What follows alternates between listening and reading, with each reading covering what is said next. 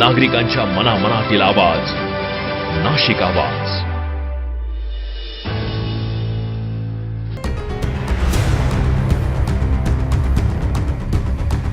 पहाटेच्या हल्ल्यानंतर तपासाला वेग, घटनास्थळी पंचनामा.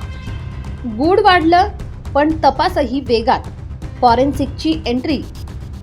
जेसीबी प्रकरणाचा छडा लावण्यासाठी मोठी पायरी, पंचनामा पूर्ण.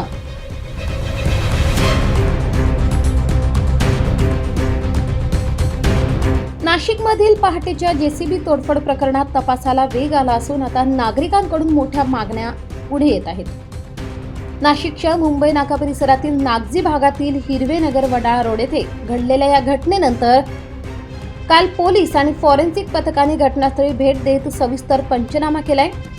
नुकसानग्रस्त गोडाऊन आणि हॉटेलची पाहणी करत महत्त्वाचे पुरावे गोळा करण्यात आले. दरम्यान या तोडफोडीत मोठ्या प्रमाणात आर्थिक नुकसान झाल्याचे समोर आले आहे. यामुळे आता पीडितांकडून आणि स्थानिक नागरिकांकडून नुकसान भरपाईची जोरदार मागणी केली जात आहे. आरोपींनीच ही नुकसान भरपाई द्यावी अशी ठाम भूमिका घेतली जाते. तसेच या प्रकरणातील आरोपींना तात्काळ अटक करून त्यांच्यावर कडक कारवाई करावी अशी ही मागणी जोर धरत आहे. पहाटेच्या वेळी अशा प्रकारे केलेली तोडफोड ही अत्यंत गंभीर बाब असल्याने पोलिसांनी कठोर पावले उचलावीत अशी भावना व्यक्त केली जाते. फॉरेन्सिक तपास आणि पंचनाम्यानंतर आता या प्रकरणातील धागेदोरे उलगडण्याची शक्यता वाढली आहे.